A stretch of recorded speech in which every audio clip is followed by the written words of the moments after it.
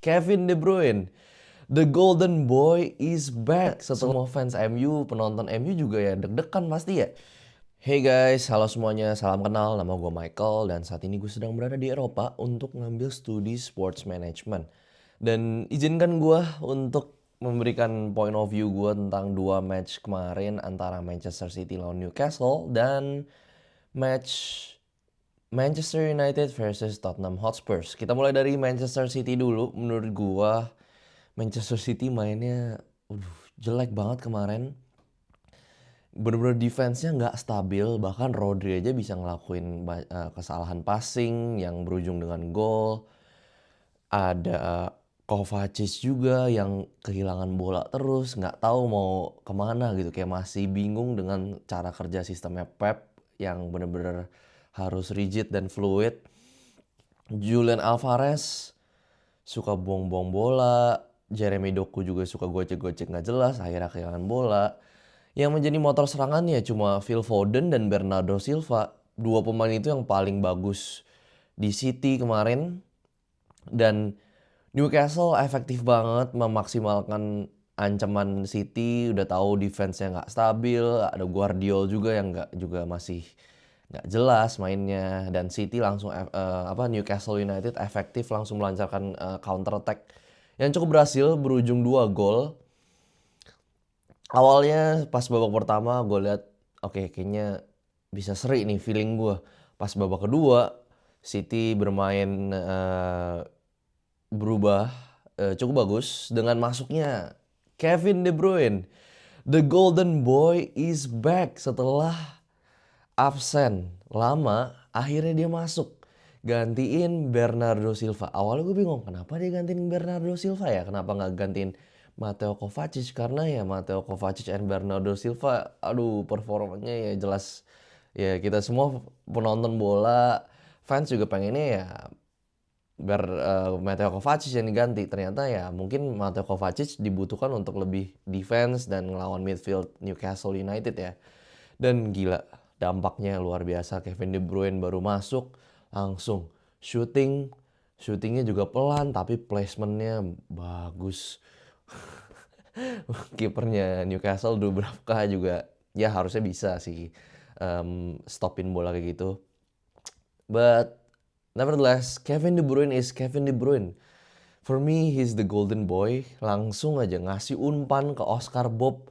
Oh, umpannya cakep banget. Langsung long ball ke depan. Oscar Bob tinggal gocek kiper dan gol. Dan ya, City menang 3-2.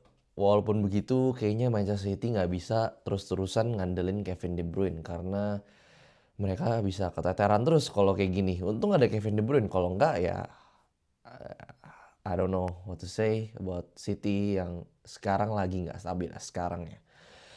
Oke, moving on to match review antara Spurs dan MU. Gua akan mencoba untuk objektif. Gua nggak mihak siapapun. Gua penggemar bola, penyuka bola. So here we go. Babak 1 MU efektif banget mainnya.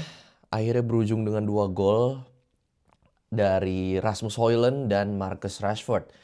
Mereka cukup pinter mainnya direct pass dan long pass ke winger karena mereka tahu si Spurs ini main pasti dengan high line. Jadi bagus banget MU bisa ngoper ke wing, main ke wing karena mereka bisa bener-bener exploit space yang ditinggalkan high line Spurs dan berujung efektif dengan 2 gol. Dan gue suka di sini Rasmus Højlund dan Marcus Rashford sama-sama kerjasama dua-duanya. Marcus Rashford yang nggak maruk, nggak egois, dan Højlund juga nggak eyeing to the goal tapi cari Rashford, dan mereka kerjasama dan akhirnya Rasmus Højlund yang mendapatkan gol pertama. Power shot gila golnya itu, Vicario juga nggak bisa nepis tuh kalau yang kayak gitu. eh Rashford really playing nice, gak maruk dan mau ngoper. Dan I think that's the best Marcus Rashford performance selama musim 2023-2024 di MU. Mainnya lepas, bagus, nggak egois.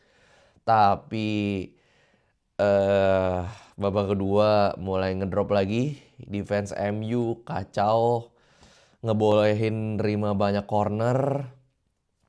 Semua pandit dalam negeri, luar negeri bilang, kenapa setiap corner Onana itu selalu di dalam gawang, maksudnya nggak pernah mau keluar untuk clearance gitu, selalu di line line line gawang gitu. Dan akhirnya semua fans MU, penonton MU juga ya deg-degan pasti ya.